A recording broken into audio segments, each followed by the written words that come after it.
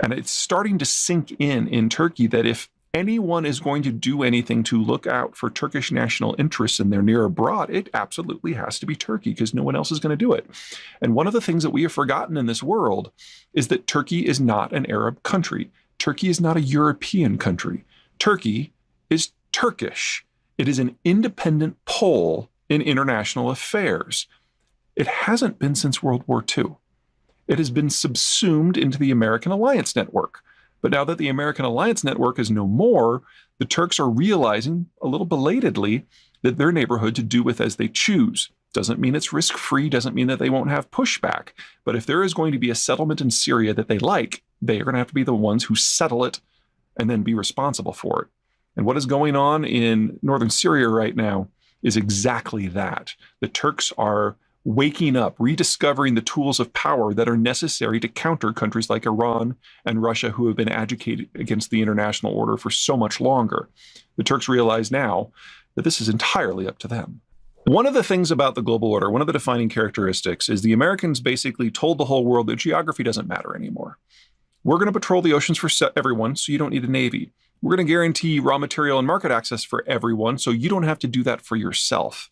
And this enabled countries the world over to access raw materials and energy on one side and finished goods and consumer markets on the other side, and expand and develop and urbanize and modernize in ways they never could have before. But those two countries are two countries that absolutely have right-sized militaries for their needs, and they're waking up the fastest. I would say that the countries that are slowest to recognize the change are the ones that have been banging their head against the order for so long. China has only been successful because the Americans have ended the imperial order and allowed global markets. The Chinese have never had the capacity to do that for themselves. They certainly don't now.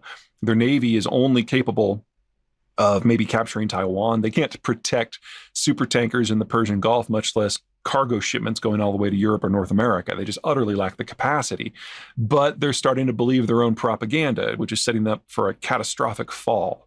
Well, the countries that have benefited the most are definitely Germany and China. I mean, here are two countries that are geographically constrained. Anytime that they tend to have an economic moment, they scare everyone around them into forming a coalition to tear them down. And so their moments in the sun historically have been brief to non-existent.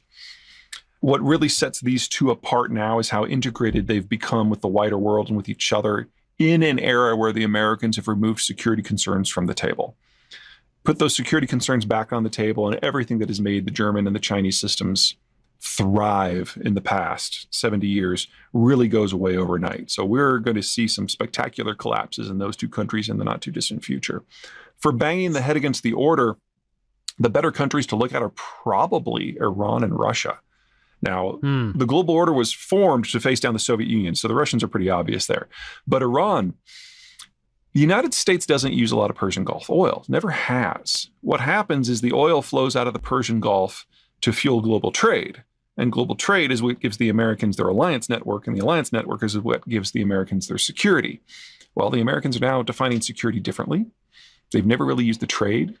Courtesy of the shale revolution, they don't care about the oil. So everything that's kind of kept the Americans bound to this region is now gone, which means that Iran has gone from fighting the order because the Americans are in charge of it to all of a sudden being one of the countries that is most dependent upon freedom of the seas.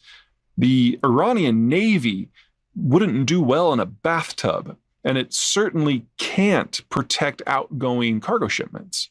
It's Americans that have allowed that to happen. I mean, the idea of the order was so holistic that the United States even protected the shipping of countries that it was bombing at the time. And so Iran has gone from a country that hates everything about the global order that the Americans lead to all of a sudden being one of its biggest beneficiaries. And the same goes for the Russians. The Russians export raw commodities, whether it's oil or natural gas or timber or iron ore or whatever it happens to be. All of that requires a placid international environment. So when the Americans step back and countries start taking matters into their own hands, these countries that have so reflexively fought everything about the international system for decades, all of a sudden are going to discover that they're two of the countries that are going to suffer the most when the Americans are gone. And I would love to be a fly on the wall in the Kremlin when the Politburo of Russia realizes that They're not there yet. They're too stuck in their own ideology. They've been thinking this way for too long.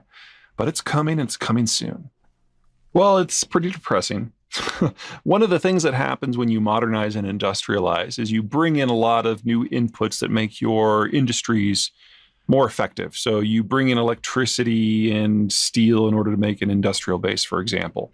I'd say there's no part of the Chinese system that is sustainable without ongoing deep international connections. This is a country that, while it has some resources, is not exactly resource rich, and it certainly doesn't have enough for 1 billion people. But the single biggest impact that is just going to be so dramatic that it's going to be painful is that about 80% of the world's calories that are produced with imported inputs, whether that happens to be diesel fuel or fertilizer or pesticide, that whole package. And China is now the world's largest energy importer.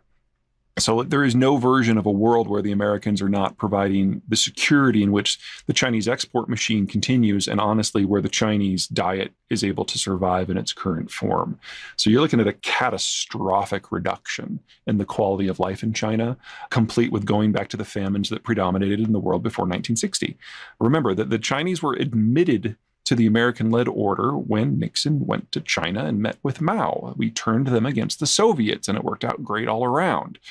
But under President Xi, the Chinese, I don't want to say anything as, gauche as they've forgotten their place, but they seem to have forgotten why they were able to get to where they are and how central the Americans were to that. And it's not that the Americans are setting up to punish the Chinese. The Americans are just done. We're leaving. We're just dropping the ball, and there's no one with the capacity to pick it up.